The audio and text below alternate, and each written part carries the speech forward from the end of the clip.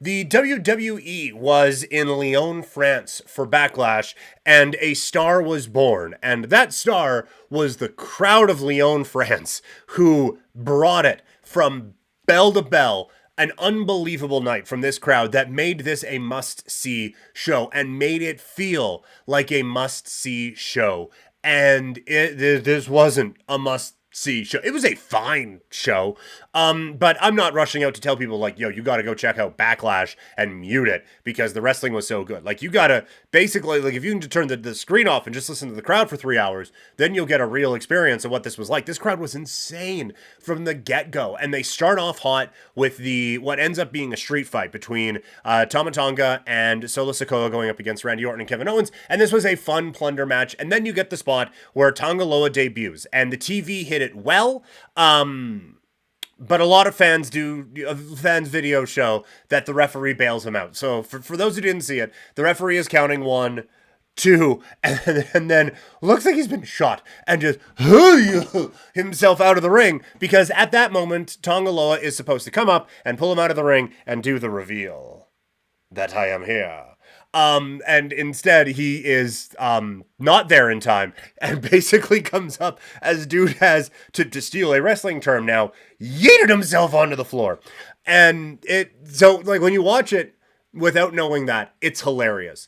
It worked for the TV cameras perfectly. Like if this was just on a soundstage with no audience there, then it looks perfect and it set it up really, really well. And I knew going in, I didn't get a chance to watch this live as we talked about, but I knew going in, like, there is a botch of some kind in this. I was like, oh, I want to see what this is all about. And then it was, oh my God, okay, that's not it. What did I miss? What? And then you go back and find it, and it's, oh goodness me. So I think there's a lot of interesting ways to do this, but they are accomplishing the goal of making Solo Sikoa look like a badass. And I've said from the beginning, for a while now, this is the star you want to make out of this. This is the guy that you want to be building out of this thing, is Solo Sikoa. And now having the Gorillas of Destiny beside him as kind of the muscle really is intriguing and can really get you thinking that there is something fun going on with this one. So I like this. I like this a lot. And if you wanted to do just a full to steal the WCW team, or faction, I suppose, if you just want to do the new blood and it's Solo, it's the Gorillas of Destiny, and it's Jacob Fatu, sign me up. And then it's fucking Rock, Roman, and the Usos at War Games. Like, yeah, take my money right now, 100%.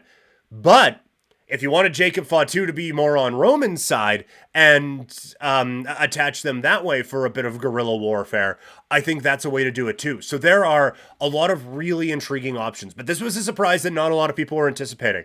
We've been hearing for a couple of weeks, hey, Jacob Fatu is debuting this week, and he didn't. And so I think a lot of people kind of worked themselves into thinking that was going to be the thing. And then when it didn't, it was perfect because this was better. So, well, not better. I like Jacob Fatu a lot, but this was a different surprise, and it's okay. Now you have a legitimate tag team here on SmackDown in the Gorillas of Destiny. I would get them the tag team titles immediately. I know it's heel versus heel. I don't care. Fatal 4-way, triple threat, whatever, have these guys win the tag team titles and be those guys. Like, I think you need to really strap a rocket to these guys and legitimize them early. And that was my one critique of this match. I didn't think Tama Tonga came out of this looking like a real badass. I thought, like, quite frankly, compared to Randy Orton, he looked a little small, which I wasn't anticipating. But, he looked fine, but I don't come out of this being like, man, watch out that this is a star. And I have thought that about this guy at times, but you just kind of come out of it like, yeah, he's part of the muscle in a muscle-y group. So we will see where they go from that. The triple threat match for the women's title, this was fun. Naomi and Tiffany both come out of this looking really good. And Tiffany, like, I am buying all of the stock. She is going to be on the cover of video games. She is going to be women's champion soon and multiple time. Like, she is going to be, I think, a super duper star with WWE.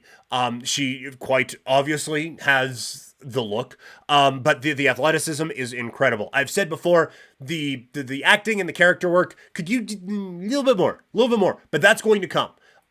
that kind of stuff is going to come with time, and I think being with the main roster group now and learning from those people is going to help her out. The one who kind of looks a little generic in all of this is Bayley, as I think she is still trying to figure out this babyface character a little bit, and what direction she can fully go to. And so that would be the one critique of this. And then you get to the women's tag team match, and it had its struggles. And again, like I said, I had heard some of the internet buzz. I didn't see anything, but you hear, oh yeah, basically a botch fest. And yeah, Jade Cargill just isn't made card ready. It's like, oh my God, she kill someone? Like, what are we doing here? And then you watch the match, and like, she was not, like, Steamboat Flair, this was not. But the internet reactions to this, I thought greatly overstated how bad this was. It was not great, and there was definitely a spot where they just lost it. But I don't put Jade Cargill at the top of the list for people who needed to do better in that. I thought I was really surprised. And again, I've never wrestled, so this is just from where I am sitting to say, well, who screwed this up? But when things are going a little bit sideways, you would hope that the veterans in the ring, with Kairi Sane and with Asuka, would be able to get this thing back on track. And they didn't. You would hope the referee would be able to get things kind of going a little bit. That didn't really work. And it stumbled, and you get it back at the end, and you get the visual. That finish was insanity with what Jade Cargill did, where it's the power bomb, it switches to the electric chair, she jumps her out, she catches her in the full Nelson, does the boom, and then KOD on top for the win. So there is still work to do for Jade Cargill. And one of the issues is the matches that she gets into aren't the matches that are going to help her develop, but they are the best to help her character grow and build what they are looking to build. So it is a tricky spot, and you could very well make a compelling case that she should have been wrestling on NXT and getting some of this learning there. But I do think being in the ring with more veteran talent is going to help grow this character, and it is going to help kind of move them in the direction that they want to move in here. So it is a tricky spot with this character. I love that they got the titles. I was disappointed that this one went the way that it did, because this was a match I was really excited about. And these are two teams that I kind of thought we would just do like Fight Forever to have them have just a bitter rivalry to reestablish the tag team titles. And at least Act 1 wasn't the best. Then we get the world title match, Jey Uso and Damian Priest. I thought that, like, the crowd made Jey feel like a superstar. And this was a step up from Jey's WrestleMania match for sure, but it still didn't really hit that gear that you wanted it to for a world title type of a match. So he still has a little bit to go with his big matches, so to speak. But you come out of this, like, Damian Priest, there was a touch too much interference to establish Damian Priest as like this real badass. And so that's a little unfortunate. Like, the one is fine. McDonough coming out, maybe even the foot on the rope thing is whatever, but having them both out there, it made it feel a little bit too chicken shit, heel for me. And Priest has been like in character has been coming out and being like, hey, can you guys fucking cut it out with that? And so that is that is like a good thing for sure. But I do think that this was a match that needed to do more for both guys, and they just didn't really hit that. But you do have to keep Jey a little bit strong, because the babyface side on Raw is a little soft right now. But I just thought that they tried to protect him too much and didn't focus on building up their champion enough. And then Cody and AJ was just real fun. Again, the crowd was incredible, and both guys delivered one hell of a wrestling match. And this was a great start to Cody's build up as the champion. And if they wanted to do a couple more of both of these title matches, fully co-signed. And then you get to Raw just quickly. Gunther and Sheamus was everything you wanted it to be. Again, I watched this on delay, had to go to YouTube to find it because the Sportsnet feed cut it off with like 3 minutes left in the match. So that was disappointing. Just on the on-demand feed. I'm sure on TV you got to watch it fine. But watching on demand, which is a service I pay for, it got cut off, and that's really infuriating. But if and when Gunther wins the title, if Sheamus ends up coming around as the first challenger, doesn't bother me at all. The Drew McIntyre stuff was weird.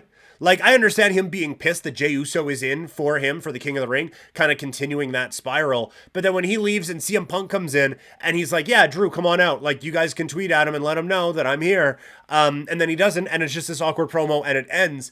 It felt very strange. And I, like, for WWE, I kind of understand what they were going for, and it kind of worked, where it's just like, hey, will he or won't he? Will it show up? No, okay. Not everything times out perfectly all the time, so it made it feel more real, just in a disappointing way.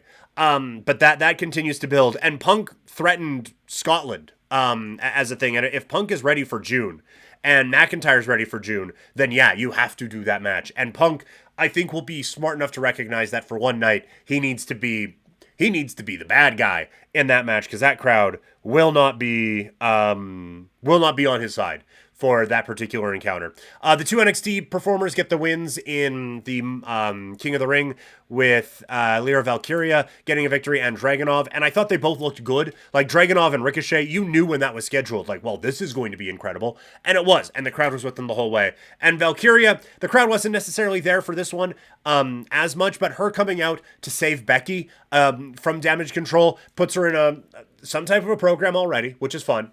And it puts her already on, like, this main event level. It's like what Bruce Pritchard said on his podcast. How do you make someone become a main eventer? Oh, you put them in the main event.